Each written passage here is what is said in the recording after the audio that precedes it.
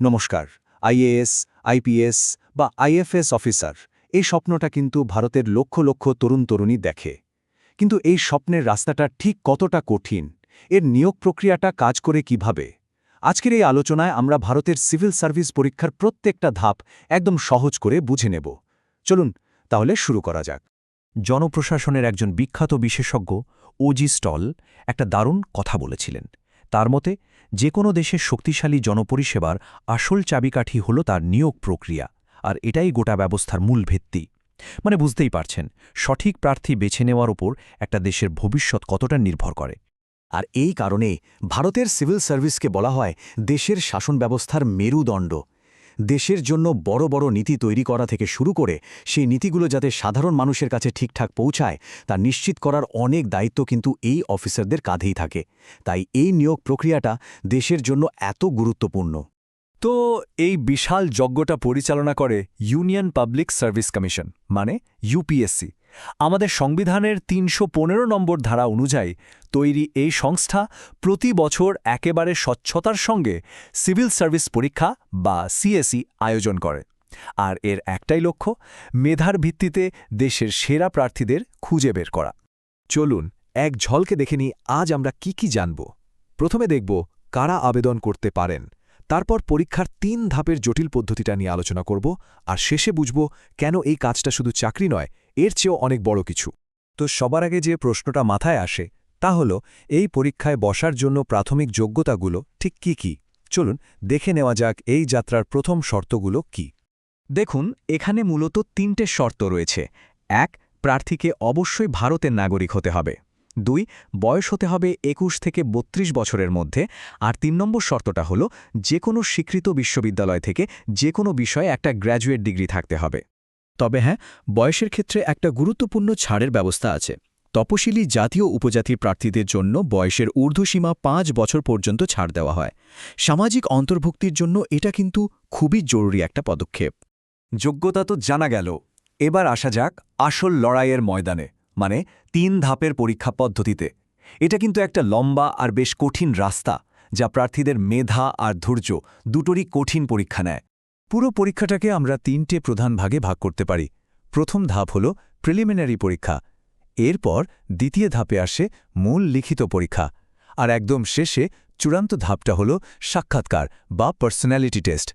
প্রত্যেকটা ধাপ সফলভাবে পার করতে পারলেই কিন্তু আসল সাফল্য। আচ্ছা, প্রথম ধাপটা হলো প্রিলিমিনারি পরীক্ষা। এটাকে এক কথায় বলা যেতে পারে একটা ছাঁটাই পরীক্ষা বা স্ক্রিনিং টেস্ট। কারণ লক্ষ লক্ষ আবেদনকারীর মধ্যে থেকে শুধুমাত্র সেই সব প্রার্থীদেরই পরের ধাপের জন্য বেছে নেওয়া হয় যারা মূল পরীক্ষার জন্য তৈরি। এই প্রিলিমিনারি পরীক্ষাটা হয় মোট ৪০০ নম্বরের। 2টো পেপার থাকে, জেনারেল স্টাডিজ আর সিস্যাট। কিন্তু মজার ব্যাপার হলো, এই পরীক্ষার নম্বর কিন্তু ফাইনাল মেরিট লিস্টে যোগ হয় না। এর একটাই কাজ, মূল পরীক্ষার জন্য যোগ্য প্রার্থীদের ছেঁকে বের করা। দুটো পরীক্ষার ধরনের মধ্যে কিন্তু আকাশ পাতাল তফাত। একদিকে প্রিলিমিনারি, যেটা পুরোপুরি এমসিকিউ ভিত্তিক, মানে আপনাকে শুধু সঠিক উত্তরটা বেছে নিতে হবে। আর অন্যদিকে হলো মূল পরীক্ষা, যেটা সম্পূর্ণ রচনাত্মক। এখানেই প্রার্থীর গভীর জ্ঞান আর লেখার দক্ষতার আসল পরীক্ষাটা হয়।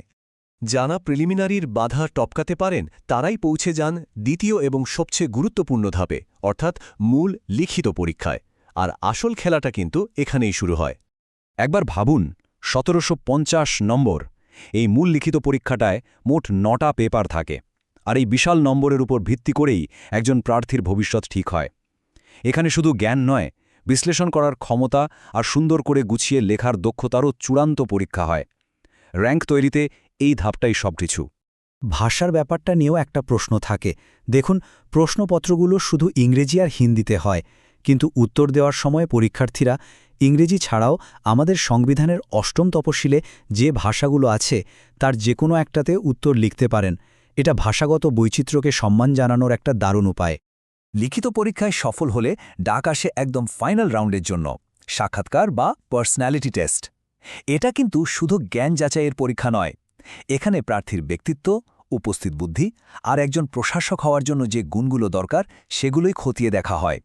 এই সাক্ষাৎকারের জন্য বরাদ্দ থাকে ২৭৫ নম্বর। শুনতে হয়তো খুব বেশি মনে হচ্ছে না, কিন্তু বিশ্বাস করুন এই নম্বরটাই অনেক সময় র্যাঙ্কিংয়ে বিশাল একটা পার্থক্য করে দেয়। লিখিত পরীক্ষার নম্বরের সাথে এই নম্বর যোগ হয়েই চূড়ান্ত সাফল্য নির্ধারিত করে।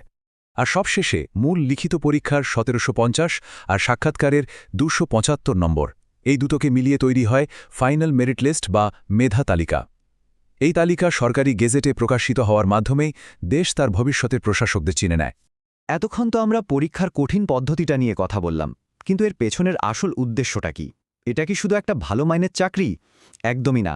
সিভিল সার্ভিস আসলে দেশ সেবার একটা বিরাট সুযোগ। আসলে এই লম্বা আর কঠিন পরীক্ষাটা শুধু পুঁথিগত জ্ঞান দেখে না, এটা একজন মানুষের ধৈর্য, তার অধ্যবসায় আর সবচেয়ে বড় কথা দেশের প্রতি তার দায়বদ্ধতা কতটা সেটাও পরীক্ষা করে নেয়। কারণ এই গুণগুলো ছাড়া একজন সফল আমলা হওয়া প্রায় অসম্ভব। সুতরাং এর মূল কথা হল একজন সিভিল সার্ভেন্ট হিসেবে দেশের সাধারণ মানুষের জীবনযাত্রার মান আরও ভালো করার একটা অসাধারণ আর মহৎ সুযোগ পাওয়া যায়। এটা সরাসরি দেশ গঠনের কাজে অংশ নেওয়ার একটা রাস্তা। তাই এই পুরো আলোচনা শেষে প্রশ্নটা আসলে ব্যক্তিগত প্রস্তুতির। এই কঠিন পথ, এই বিশাল দায়িত্ব আর দেশ সেবার এই সুযোগের জন্য নিজেদেরকে উৎসর্গ করতে কারা প্রস্তুত, সেটাই এখন দেখার।